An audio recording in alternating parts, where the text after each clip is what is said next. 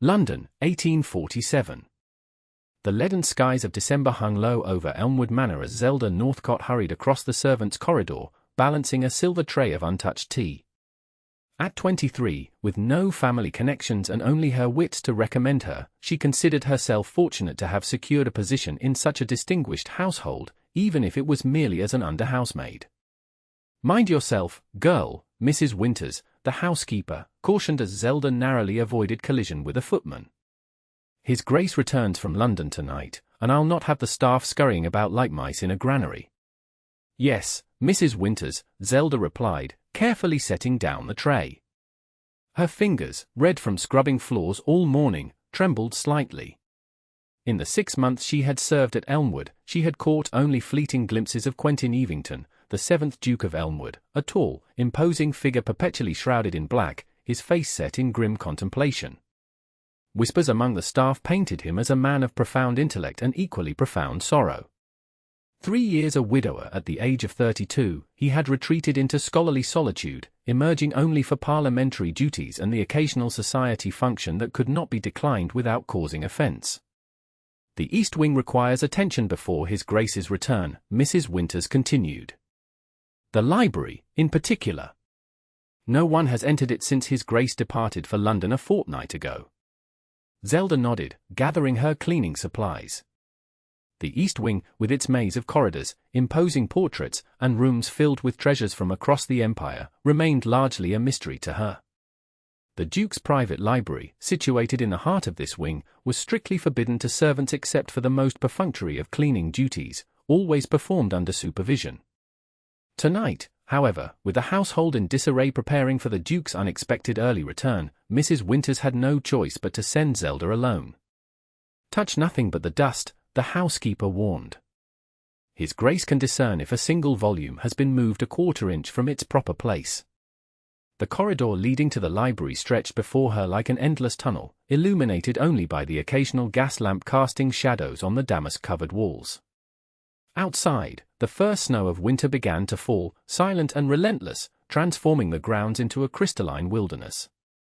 When Zelda finally reached the heavy oak door of the library, she hesitated, her heart fluttering beneath her starched uniform. Taking a deep breath, she turned the brass handle and stepped inside. The room was vast, far larger than she had imagined, with soaring ceilings and shelves that extended upward into shadows. A massive fireplace dominated one wall, its dying embers casting a faint, golden glow across leather-bound volumes and gleaming brass astronomical instruments. The scent of leather, paper, and cedar hung in the air, mingling with the faintest trace of tobacco. Zelda moved cautiously, sweeping the Turkish carpet with gentle strokes, dusting the lower shelves with reverence. As she worked, her eyes wandered to the titles, ancient Greek texts, mathematical treatises, astronomical charts, and poetry collections in languages she could not decipher. Near the fireplace stood a mahogany desk littered with papers, quills, and several open volumes. Against her better judgment, Zelda approached it, drawn by curiosity stronger than caution. Among the scholarly works lay a small, leather-bound journal, its pages filled with a bold, slanting hand. "The dreams persist," she read, her whisper barely audible. "Catherine among the roses, always beyond reach. The physicians suggest travel, but what remedy exists for a wound that time refuses to heal?" The sound of approaching footsteps startled her from her trespass. Heart pounding, Zelda retreated to the shadows behind a towering bookcase as the library door swung open. The Duke of Elmwood entered, snow dusting his broad shoulders, his expression as cold and remote as the winter night. He removed his gloves with deliberate precision, surveying the room with eyes the color of steel. For a terrible moment, Zelda thought he had detected her presence, but he moved instead toward the fireplace, adding logs from a brass holder before sinking into a leather chair with a weariness that spoke of more than physical exhaustion. Zelda remained frozen, scarcely daring to breathe. To be discovered here, alone, near his private papers, would mean immediate dismissal, or worse. With no references and the scandal of impropriety attached to her name, she would face a future bleaker than the one from which she had escaped 3 years prior. As if sensing her thoughts, the Duke suddenly turned toward her hiding place. "You may emerge," he said, his voice startlingly quiet. "I dislike addressing shadows." With trembling legs, Zelda stepped forward, her eyes downcast in the proper manner of a servant caught in transgression. "Forgive me, Your Grace. Mrs. Winters sent me to prepare the room. I did not expect my early return." A ghost of something, not quite a smile, touched his lips. The parliamentary session concluded earlier than anticipated. The weather threatened to strand me in London for Christmas, a prospect I found unappealing. Zelda kept her gaze fixed on the carpet beneath her feet, noting the intricate patterns of blue and gold. "I shall leave immediately, Your Grace." "You were reading my journal." It was not a question, but a statement delivered with such calm certainty that denial would be futile. Zelda felt the blood drain from her face. "Yes, Your Grace." "An unforgivable liberty." "I offer no excuse." The Duke regarded her with curious intensity. "You are new to Elmwood." "6 months in your service, Your Grace." "And your name?" "Zelda Northcott, Your Grace." Something flickered across his face, recognition, perhaps, or memory. Northcott. Any relation to Colonel Edward Northcott of the 22nd Regiment? Zelda's heart constricted. Her father, dead these 5 years, had indeed served in the 22nd before disgrace and accusations of cowardice had driven him to an early grave. "My father, Your Grace." The Duke leaned forward, his interest visibly piqued. "I was not aware the Colonel had a daughter in service." "Circumstances change, Your Grace," Zelda replied, a hint of defiance creeping into her voice despite her best efforts. "Fortune is fickle, especially when one's name becomes tarnished in the eyes of society." "Indeed." The Duke's gaze remained steady. "Yet here you stand, Miss Northcott, trespassing among my private thoughts rather than embracing the invisibility your position demands." "As I said, Your Grace, I offer no excuse." "And I have requested none." He gestured to a nearby chair. "Sit." Alarm coursed through her. "Your Grace, I couldn't possibly. You read my most intimate reflections without permission," he interrupted, his tone dry but not cruel. "Surely sitting in my presence is a lesser transgression." Reluctantly, Zelda perched on the edge of the indicated chair, her back straight, hands folded in her lap as her mother had taught her in those distant days when she had been a gentleman's daughter rather than a servant. "You are educated," the Duke observed. "Your speech betrays you." "My father believed in education, even for daughters," Zelda replied carefully. "A progressive view that did little to enhance my prospects after his passing." The Duke nodded thoughtfully. "And now you dust my library and read my journals when you believe yourself unobserved. An error in judgment that shall not be repeated, Your Grace." "Perhaps." He rose suddenly, moving to a cabinet inlaid with mother of pearl. From it, he withdrew a crystal decanter and 2 glasses. "I find myself in need of company this evening, Miss Northcott. The journey from London was tiresome, and I have no desire to face the customary interrogation from my steward until morning." He poured amber liquid into both glasses, offering one to Zelda, who regarded it with undisguised alarm. "It is merely brandy, not poison," he said, the faintest hint of amusement softening his stern features. "Though I imagine accepting it violates at least a dozen rules of propriety." "As does offering it to a housemaid, Your Grace," Zelda responded before she could check herself. To her surprise, a genuine smile transformed the Duke's face, revealing a dimple in his left cheek and crinkling the corners of his eyes. "Touché, Miss Northcott. Your father's daughter indeed." He placed the glass on a small table beside her chair. "Consider it an offering of Christmas spirit rather than brandy, if it eases your conscience." Outside, the snow fell more heavily, creating a cocoon of silence around the library. The Duke returned to his chair, cradling his own glass as he studied her with undisguised curiosity. "Tell me," he said finally, "what did you make of my journal entry?" Zelda stared at him, caught between honesty and the safety of platitudes. "It spoke of grief, Your Grace. Unresolved and perhaps unresolvable. Most would have remarked on the poetic quality or offered empty consolation. I am not most people, Your Grace. And empty consolation helps no one." No, he agreed softly, you are certainly not most people, Miss Northcott. He took a small sip of brandy, his eyes never leaving her face. You have known loss as well. Everyone has, to some degree. But yours transformed you from a colonel's daughter to a housemaid reading forbidden journals in ducal libraries. He set down his glass. I knew your father, you know. We served together briefly during the Peninsular Campaign. A brave man, unfairly maligned by those who lacked the courage to stand beside him. Tears pricked at Zelda's eyes, but she blinked them away. You are kind to say so, Your Grace. I am rarely accused of kindness, Miss Northcott. Merely honesty. He gestured toward the brandy she had yet to touch. I assure you, one small glass will not lead to moral ruination. With a small, defiant gesture, Zelda lifted the glass to her lips, allowing the liquid to warm her throat. My father preferred whiskey, she said, setting it down again. A man of discerning taste. The Duke's expression grew thoughtful. How did you come to Elmwood? After my father's death, our creditors claimed everything. My mother succumbed to consumption the following winter. I found employment as a governess, but she hesitated. But the master of the house developed improper interests. I departed without reference rather than endure his attentions. The Duke's expression darkened. You showed courage. Survival requires it, Your Grace. A log collapsed in the fireplace, sending a shower of sparks upward.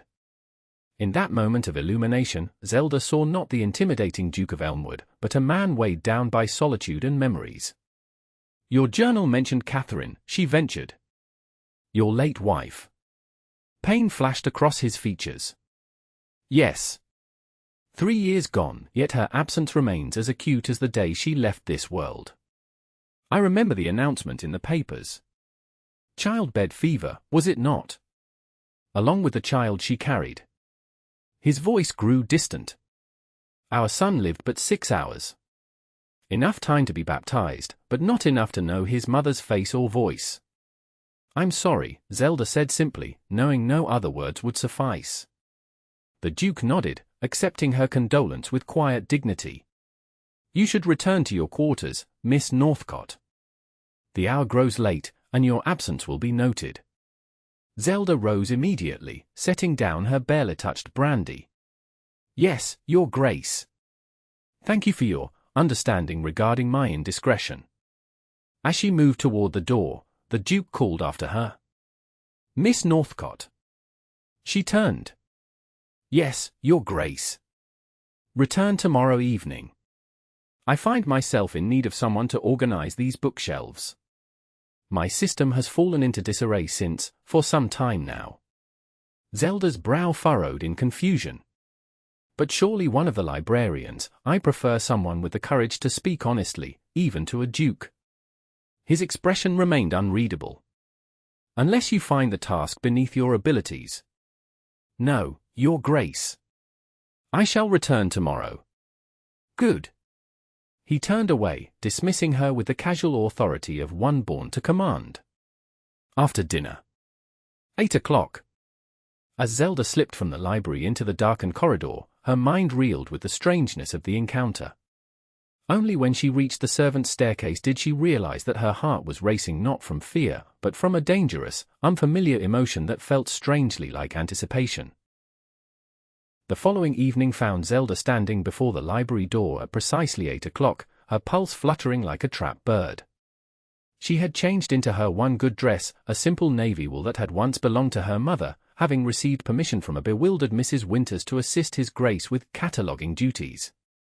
When she entered, the Duke was already present, his tall figure silhouetted against the fireplace. He had exchanged his formal attire for a simpler ensemble, dark trousers and a white shirt, the sleeves rolled to reveal muscular forearms dusted with dark hair. Without his cravat and waistcoat, he appeared younger, less formidable.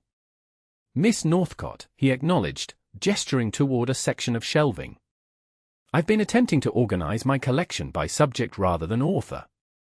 A fool's errand, perhaps, but one that occupies the mind during sleepless nights. Zelda approached the shelves with caution. "And how may I assist, Your Grace?" "Begin with those volumes on natural philosophy," he instructed. "Group them by discipline, astronomy, geology, biology, then by date of publication." For the next hour, they worked in companionable silence, broken only by occasional questions about classification or the proper placement of a particular text. The Duke moved with surprising grace for a man of his size, reaching effortlessly for volumes on the highest shelves that Zelda could only access by climbing the rolling library ladder. "You handle the books with care," he observed as she gently dusted a first edition of Newton's Principia. "Not all servants understand their value." "My father collected books," Zelda replied. "Not fine editions like these, but beloved nonetheless. I grew up understanding that books contain more than merely words." The Duke paused, a leather-bound volume suspended in his hands.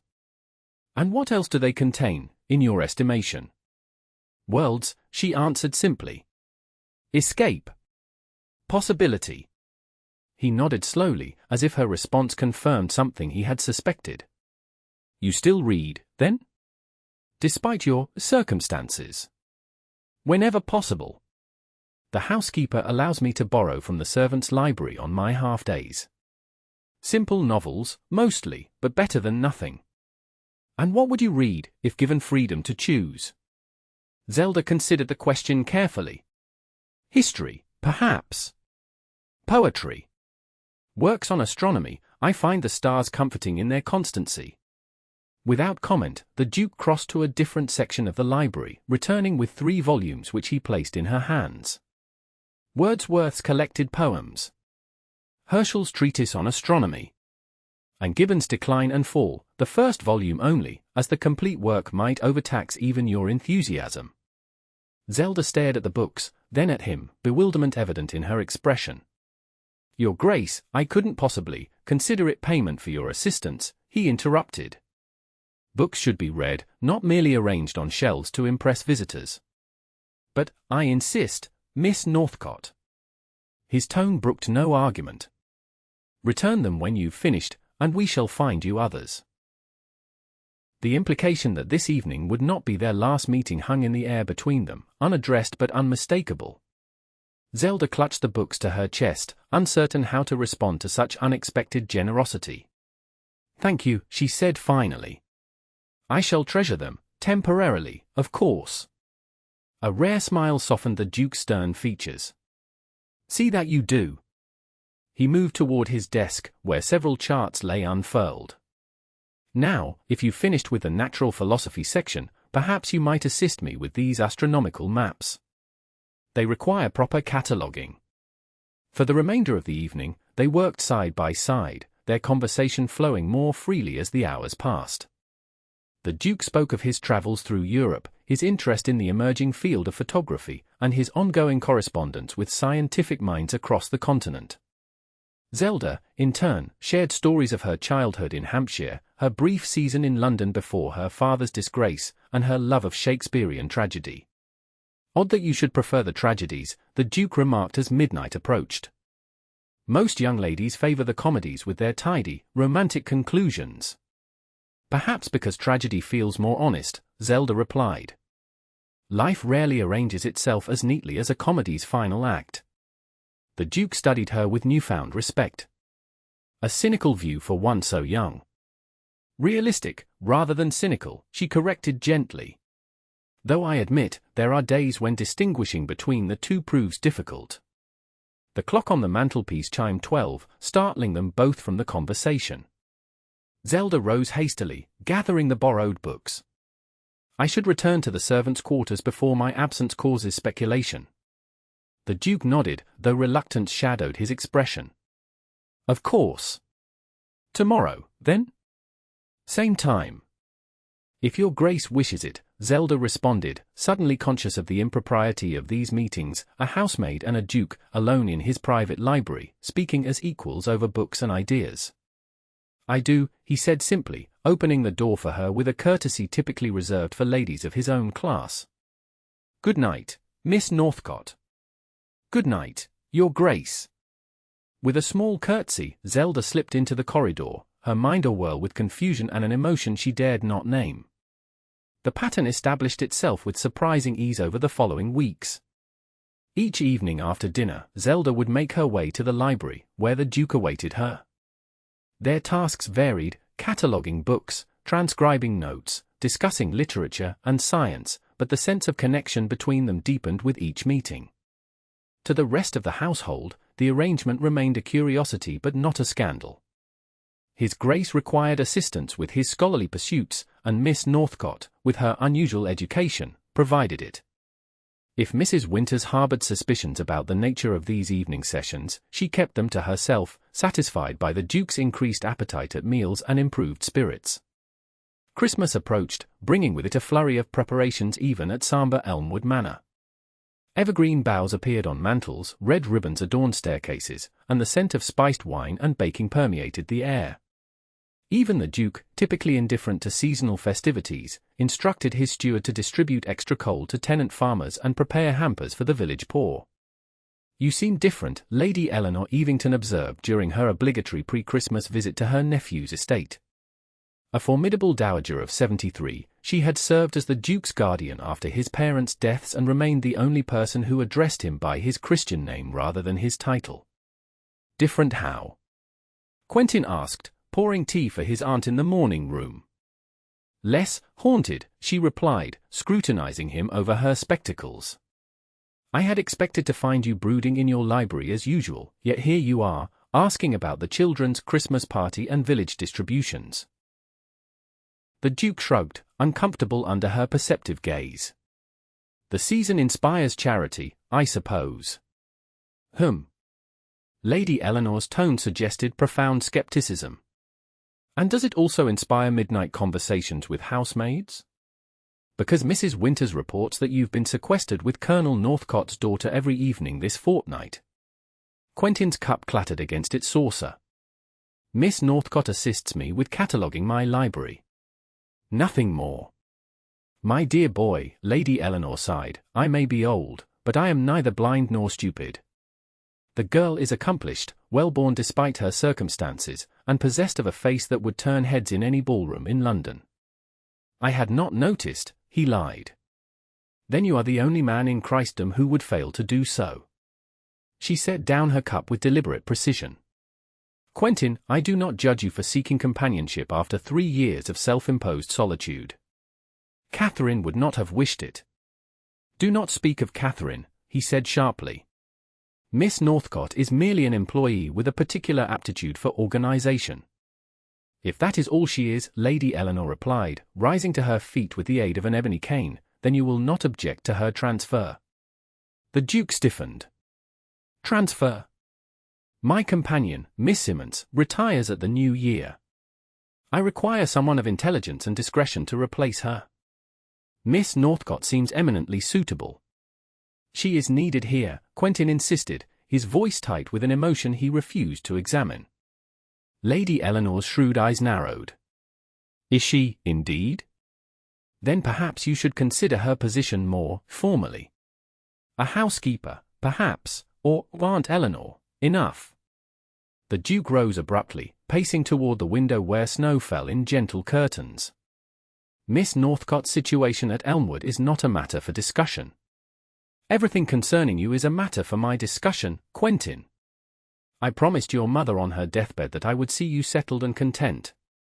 She approached him, laying a gnarled hand on his arm. "You cannot hide in grief forever, my boy." "I am not hiding," he protested, though the words rang hollow even to his own ears. "Aren't you?" Lady Eleanor challenged. 3 years since Catherine and the child passed, yet you live as though interred alongside them. Your estates run themselves, your seat in Parliament sits empty more often than not, and your only companions are books and a housemaid you refuse to acknowledge as anything more than a librarian's assistant. The Duke turned away, his jaw clenched against words that threatened to escape. "You overstep, aunt. Someone must." She sighed, her voice softening. "The girl returns to the servants' quarters each night, Quentin. But where does she reside in your thoughts?" Before he could formulate a response, Lady Eleanor departed, leaving him alone with questions he had been avoiding since that first snowy evening when Zelda Northcott had emerged from the shadows of his library and, unwittingly, illuminated the shadows of his existence. That evening, when Zelda arrived at the library, she found the Duke standing by the window, his posture rigid with tension. Without turning, he spoke, his voice oddly formal. "Miss Northcott, I regret that our arrangement must come to an end." Zelda froze, the books she had come to return clutched against her chest. "I don't understand, Your Grace. It has been brought to my attention that our evening meetings have become the subject of speculation among the staff," he continued, still facing the window. "While I am indifferent to gossip, I cannot in good conscience subject you to its potential consequences." "I see." Zelda's voice remained steady, though her heart contracted painfully. "If I have given offense in any way, no," he interrupted, finally turning to face her. "You have been nothing but exemplary, Miss Northcott. The fault lies entirely with me for placing you in an untenable position."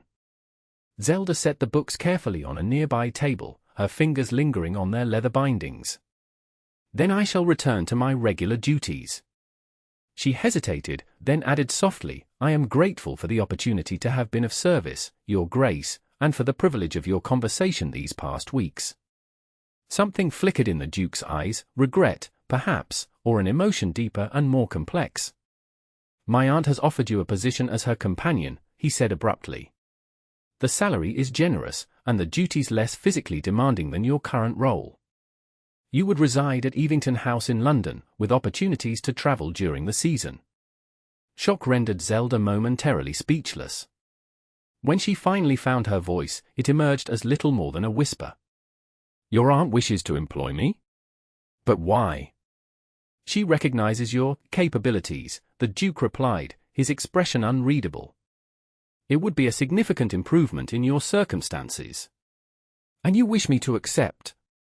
Zelda asked, searching his face for any indication of his true feelings. A muscle tightened in his jaw. "I wish for your welfare and advancement, Miss Northcott. Lady Eleanor can provide both more effectively than I." The finality in his tone cut through Zelda's composure. Tears pricked at her eyes, but she blinked them away, determined to maintain dignity even as her heart splintered. "Then I shall inform Mrs. Winters of my departure." She moved toward the door, each step requiring immense effort, as if her body rebelled against leaving his presence. At the threshold, something compelled her to turn back. "May I speak freely, Your Grace? One final time." He inclined his head slightly. "You may."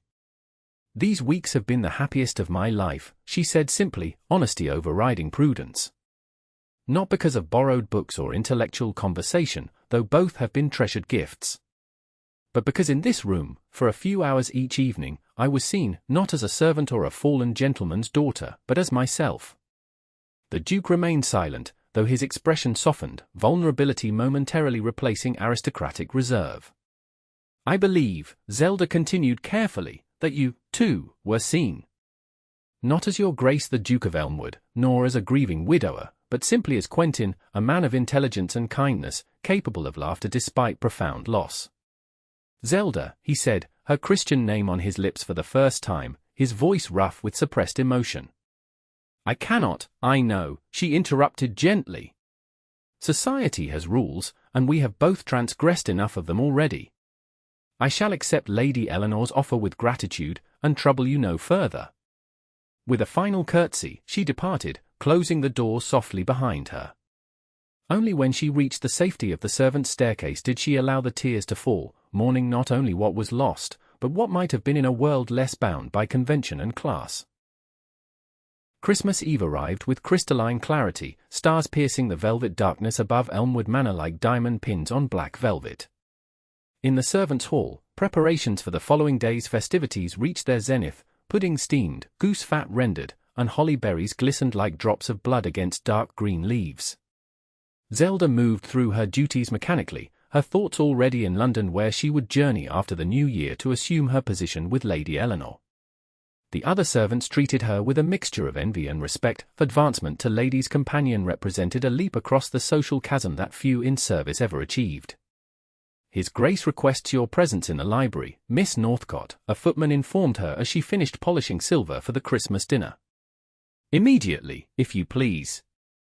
Heart hammering, Zelda removed her apron and smoothed her hair before making her way to the east wing.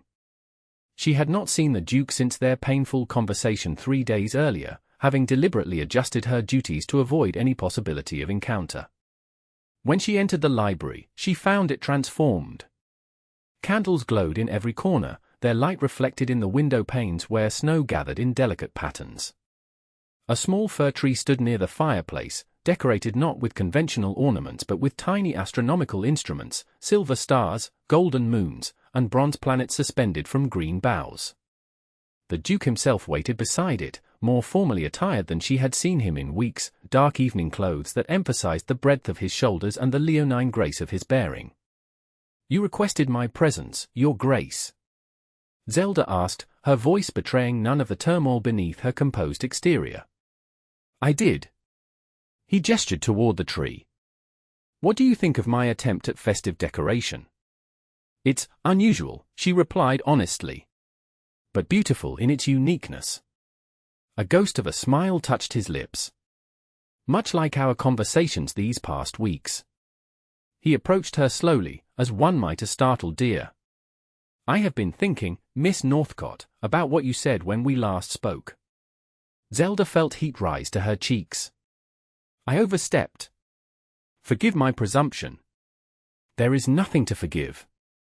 He stopped before her, close enough that she could detect the faint scent of sandalwood and cedar that always clung to his clothing. "You were right, you know. In this room, for a few hours each evening, I remembered what it was to be simply Quentin, not a title, not a collection of responsibilities and expectations, but a man capable of conversation, laughter, and—" He hesitated. "And feeling." Zelda remained silent, afraid that any word might shatter this unexpected moment of vulnerability. "I spoke with my aunt this morning," he continued. "She admitted orchestrating the offer of companionship as a test, not of your suitability, but of my reaction to the prospect of your departure." "A test?" Zelda echoed, confused. "To determine whether my interest in you extended beyond intellectual compatibility." His gaze held hers steadily. "It does, Zelda. Far beyond." The use of her Christian name, spoken with such quiet intensity, sent a tremor through her body. "Your Grace, Quentin," he corrected gently. "Tonight, at least, let us dispense with formalities." "Quentin," she amended, the name foreign yet natural on her tongue. "What you suggest, whatever you suggest, is impossible. The gulf between us is of society's creation, not nature's," he interrupted. "I have lived half my life according to others' expectations. I buried my wife and son. I performed every duty required of my position. And in return, I have known nothing but emptiness and solitude." He reached for her hands, enfolding them in his larger ones. "Until you stumbled into my library that winter night and awakened something I believed had died with Catherine."